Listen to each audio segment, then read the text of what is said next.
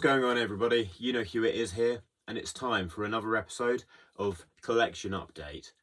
So I've got a relatively shorter one for you guys today. I've got one CD and 4 records. I'm going to first talk about the CD that I've got, and this is a split. This is Moonshore Split by Moonveil and Shoregraves. Now, Moonveil is an Argentinian black metal outfit, and Shoregraves is a US-based Californian group, and they play black metal / post black metal. I recently reviewed this one. It's up on the site. If anyone wants to check out that review, you can find it on my Instagram at YouKnowHuMetal. This is just a really cool split. This is the first 2026 release that I've really enjoyed. It is just sort of like a despondent kind of DSBM territory black metal release. Quite a short affair. It's got some nice atmospheric with some like bird chirping sounds between certain parts of the songs. The two bands, their two sounds complement each other really well. So yeah, if you just want something kind of niche and raw and also quite euphoric, because I think there is a lot of post-black instrumentation that really gets into this release. This is a very limited CD, so I'm quite happy I got this because I think there's only 15 of these made. So yeah, that is Moonshore Split. Alright, first one, I have got a New York death metal classic, and I'm going with the iconic Suffocation, Effigy of the Forgotten. I'm a long-term Suffocation fan. I saw them, I think, a couple years ago, and they were absolutely fantastic. Terence Hobbs is one of my favourite extreme metal guitar players. I just love this album. This is one of the most iconic death metal albums of all time. It's one of the most influential as well, because it was really groundbreaking for the sort of influence it held on brutal death metal and, you know, the technical side of things, and being one of the dividing line albums for the sort of whole slam subgenre. You know, there's a lot of discourse around who was the true creator of slam. Often people mention Suffocation, other times they mention their New York compatriots Internal Bleeding, but regardless, they were both very influential on that sound. This is a classic album. So many great songs. You've got Infecting the Crypts, Legion of Veracity, the title track, Seeds of the Suffering. They were really young when they wrote this, and just I really love, you know, what they were straight out from the get-go. You know, you've got that iconic Dan Seagrave post-apocalyptic robots taking over the world art, but it's just a really claustrophobic and weighty album. It feels like you're being run over by a steamroller, and it's just a timeless classic. Every time I revisit it, I'm just enamored with how brilliant and how technical and how capable they were from the get-go, and at such a young age. So yeah, that is Suffocation, Effigy of the Forgotten, and that is, of course, essential black metal listening. Sorry, essential death metal listening. Alright, staying in the New York era and New York style and New York as a place, we've got the legendary Skinless with their debut album, Progression Towards Evil. Now, a lot of people know Skinless for the album Trample the Weak, Hurdle the Dead, which is a very good album, but you know, a lot of the fans prefer this one. I think this is my favourite Skinless album.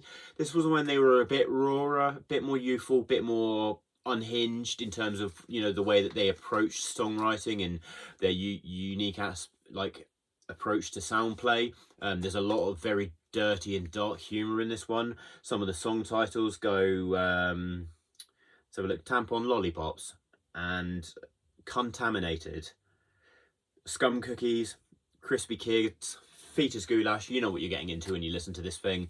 But aside from that, it's not just like edgelord music. There is some really solid death metal on this, and it is extremely brutal. It's very, very much, you know, in the New York style with the bouncy riffage and just being far more brutal than a lot of traditional death metal was up until that point.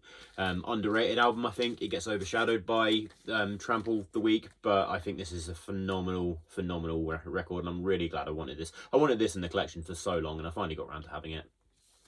And I've got two more for you. So the first one is one that I only got yesterday, and I've already listened to it a couple times. This is a band who I've been getting into quite a bit recently.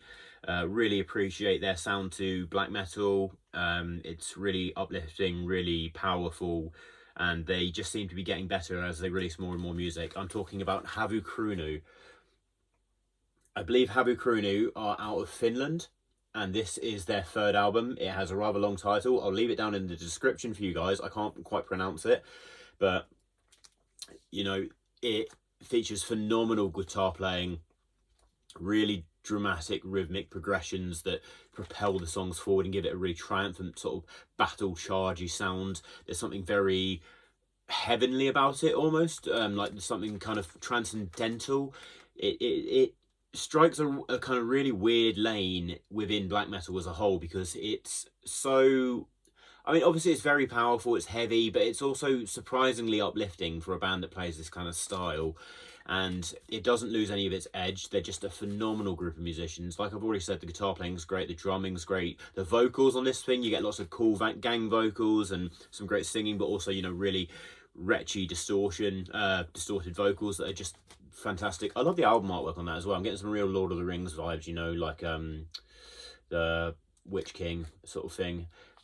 Yeah, that's just a really great album. That is Havukruunu, the third album. I will put the title in the description. And then last but not least, I've got the first of 3 albums that I want to get by this band, because I saw them perform all 3 of these in a single concert at Damnation in November.